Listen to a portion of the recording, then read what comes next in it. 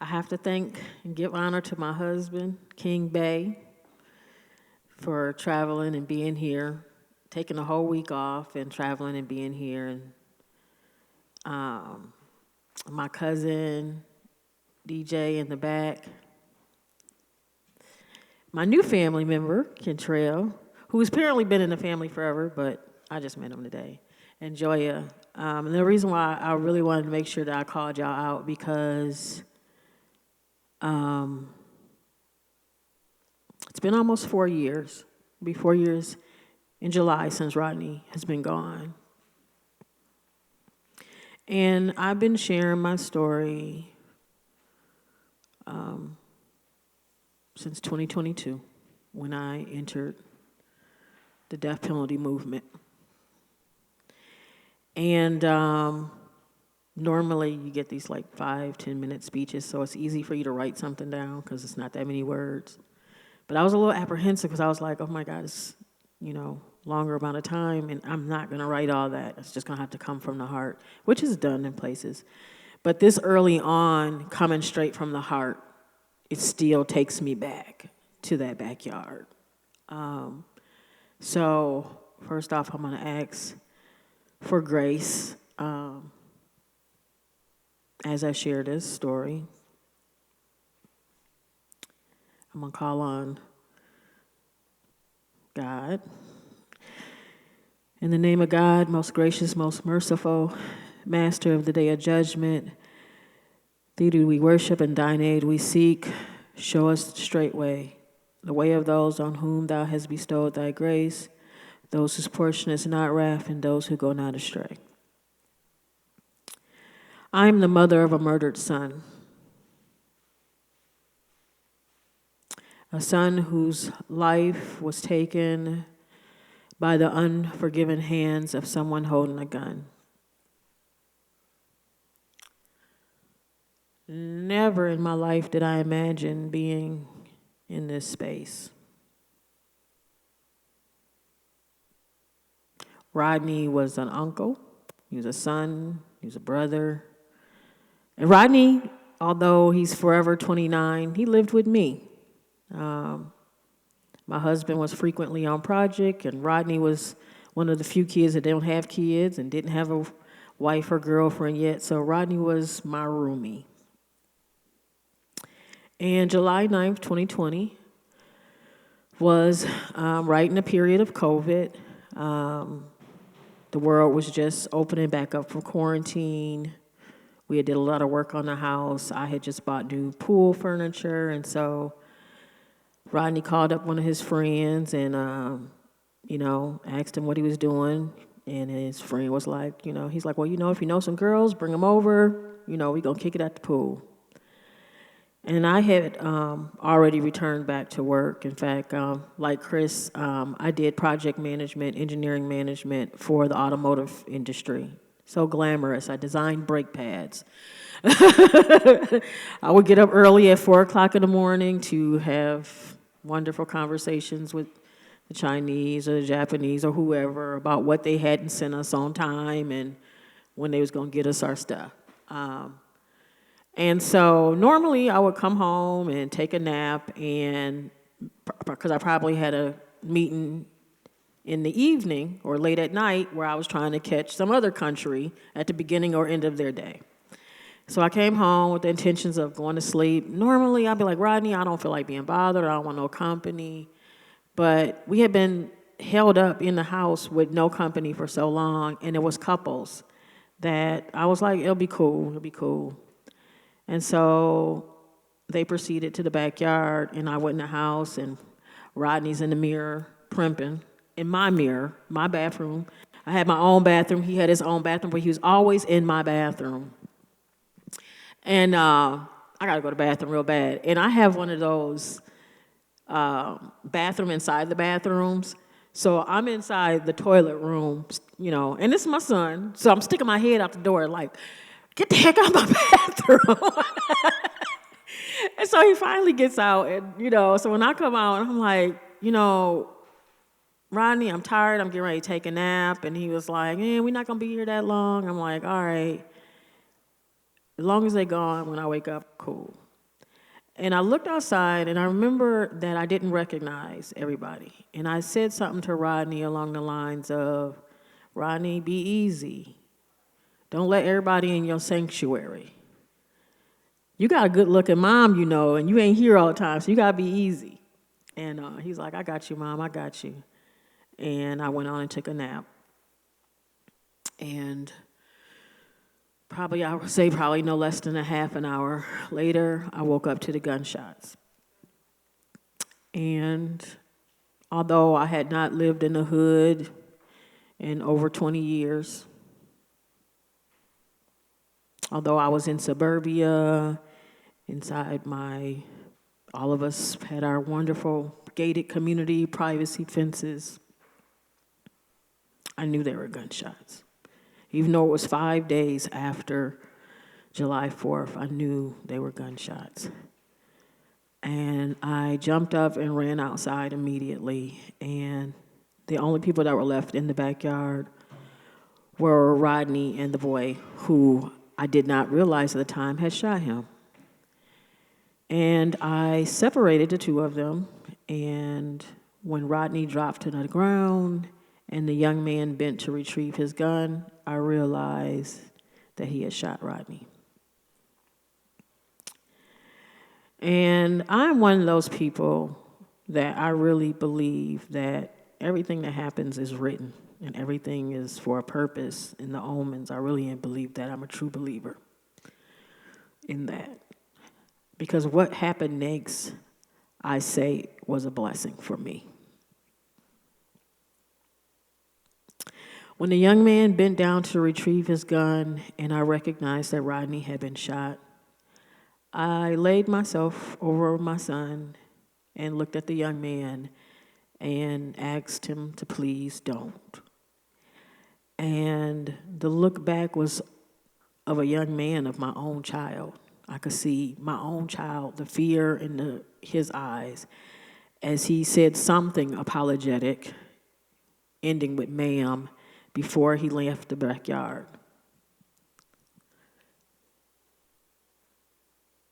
And I say that was a blessing because my family were not able to ever have seen a humane side of this person. Many victims, surviving family members, the only thing they have to remember is just the monster.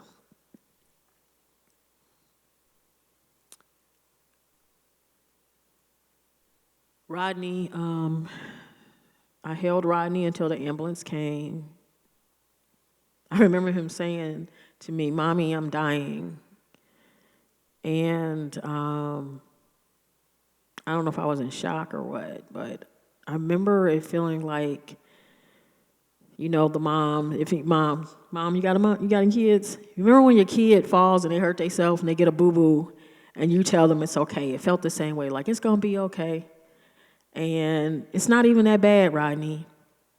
And it wasn't bleeding that bad. What I didn't realize that Rodney was bleeding internally. And the ambulance arrived pretty quickly. He was alive when he left the backyard, even though they did lose him once. And they did not allow me to go with him because I was considered an active member of the crime scene. And I wonder to this day, if I was allowed to go, would I have been able to convince him to stay? That's something that probably still haunts me. But fast forward to criminal proceedings. Family was, of course, Rodney was the favorite uncle. He was the one the kids called, and he still did let them come over and sleep over, which they weren't sleeping over. They had popcorns and brownies and pizza and pallets in the middle of the living room. But anyway, in fact, my granddaughter, after he passed, she would still text him. She kept calling the phone. That was his number until finally whoever it got reassigned to told her it wasn't his number. And wasn't very nice about it because I tried to explain to the person that she was trying to reach her deceased uncle, but they weren't very forgiving. As we navigated those court proceedings, though, it was, at first they were like, we're gonna do this. I remember them being felt like our lives were dictated by whatever the prosecutor wanted, by whatever their emotions was. And so at first, they were instilling in us, we're going to do this, and this, and we're going to get them, and we're going to throw the book at them, and we have all these evidence, and make sure that you put they had told us they were concerned that the young man's defense attorney would be trying to dig up some dirt on my son, or they were actually, and I forgot about this, they actually had one of the defense attorney's defense was that the young man killed my son out of fear, that he was scared that my son was going to do something to him, and that the mother must have took the weapon and hid it before the police arrived. I have not shared that before, but I think that's important to share because people think that I came to a space of restorative justice all because of the fact that it was just always this forgiving, healing space in me. And it wasn't. It was the feeling of being switched around, yanked around by the prosecutor. At one point, we're going to throw the book at them, and the next point, when they were ready to take a plea, don't worry, he'll do something to somebody else, and he'll get out and hurt somebody else. And at that point, I'm like, whoa, what? And that didn't sit right with me. A couple days later, we were to do the final sentencing agreement, preparing for our testimony in court to get our victim statements, and me and my husband were at the prosecuting attorney office. Now, normally we went together, but this particular time, they had my husband back there alone, which was odd. And while he's back there, another one of our mothers that sits in my circle, her name is Vicki Hambrick, her son had been killed by the police. And she had just been told the day before that they were planning to give the police officer a 3-year sentence. And so when they went to court that day and the sentence was official, she was on national news screaming that same blood-curdling scream that you have when you're told your child is gone. She had that. And she was screaming at the judge and the police officer and the families of the police officer, wishing death upon them. Just so much anger. And so I'm standing in the waiting room, and the other mothers in my group are sending me the video of Vicki. And I remember all of a sudden, a light came over me. It just felt like light. And I was all of a sudden at peace. I was like, because I looked at that anger that she had, and I was like, I don't want to be here. And God sent me a vision that it was a quick vision, that this young man could be mentored while he was inside of prison for his sentence. When he came out, we would have him. I seen him sitting in circle with us mothers, taking account. And then I seen the vision of him one day mentoring other young people, preventing them from carrying out the same type of crime that he had. And shortly, a couple of minutes later, my husband had came from the back of from the prosecutor's office. Apparently, they were planning on telling him, well, they did tell him that this is the sentence we're going to take. We're not going to fight it. We're not planning on pursuing a different case. Basically, go out here and handle your wife. And this 6'5", and when they told him that, they were prepared for him to beat them up. So they had all of these linebacker-sized detectives sitting around a table when they told him this.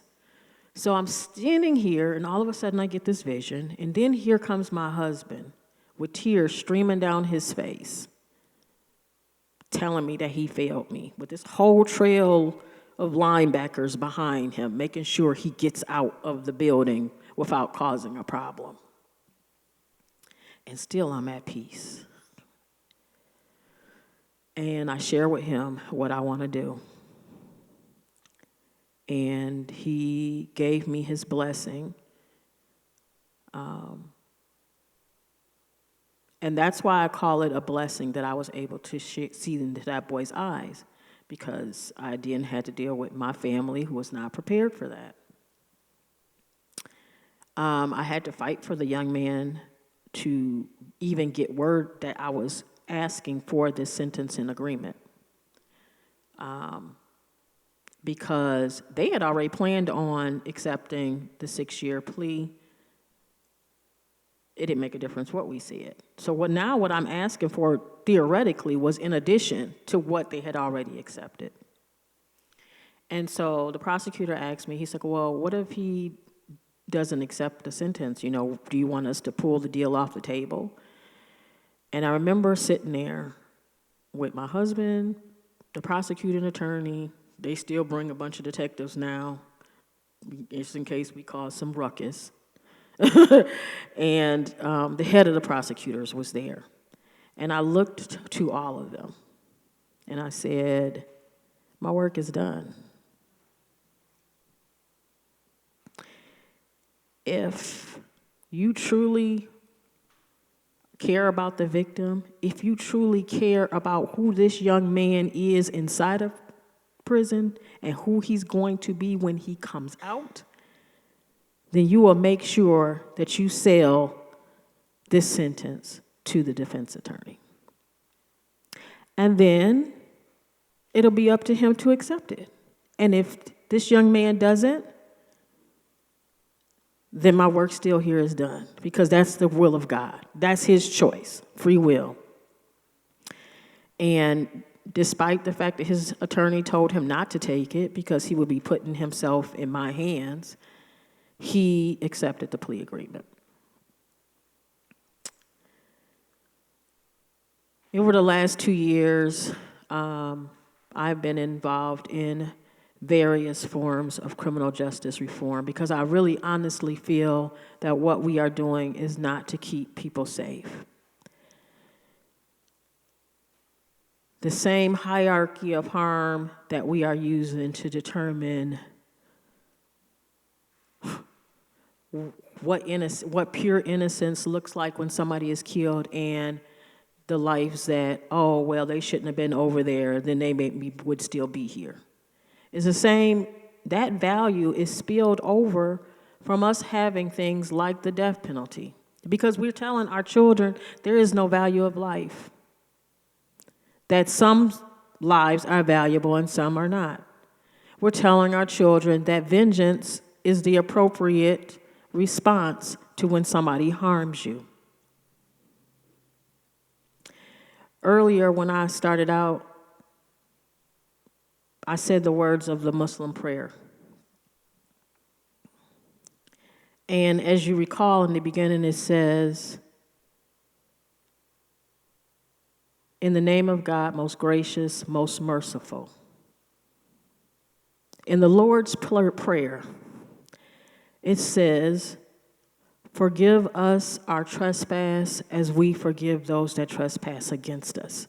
Those are words that both religions use every single time they say a prayer. Whether it's 5 times a day, once a day, 30 times a day, because, hey, I don't know about y'all, but I'm praying in traffic, I'm praying in, I'm just praying.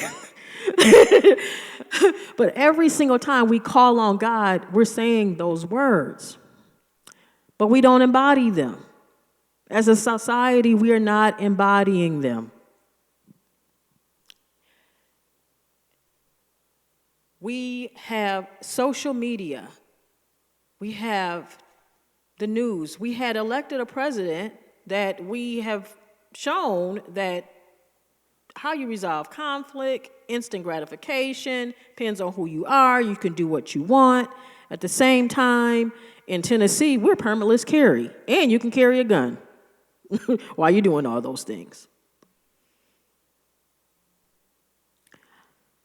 Conflict resolution in this country has become equal to the gun. That's how you resolve conflict. You feel scared, you are able to use a gun. Stand your ground. Stand your ground, which sounds to me like I'm the one that's right, you're wrong. I'm going to use my weapon. And then, based off of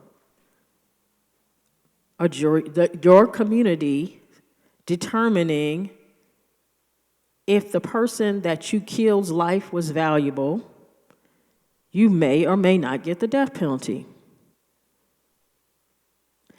If the prosecutor determines they really want to investigate this, or you probably did something, so even if there's something else going on, even if I've heard that you were on the whole other side of town and you probably couldn't have possibly did this murder, you probably did something, so we're going to go on and let the Lord sort them.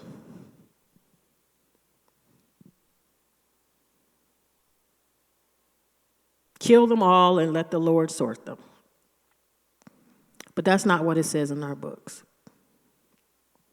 And if we as a society want something different to happen, if we really want to get our children to value life, then we're going to have to make the decision to stop demonstrating that vengeance is the answer and eliminate these retribution-based policies. Thank you.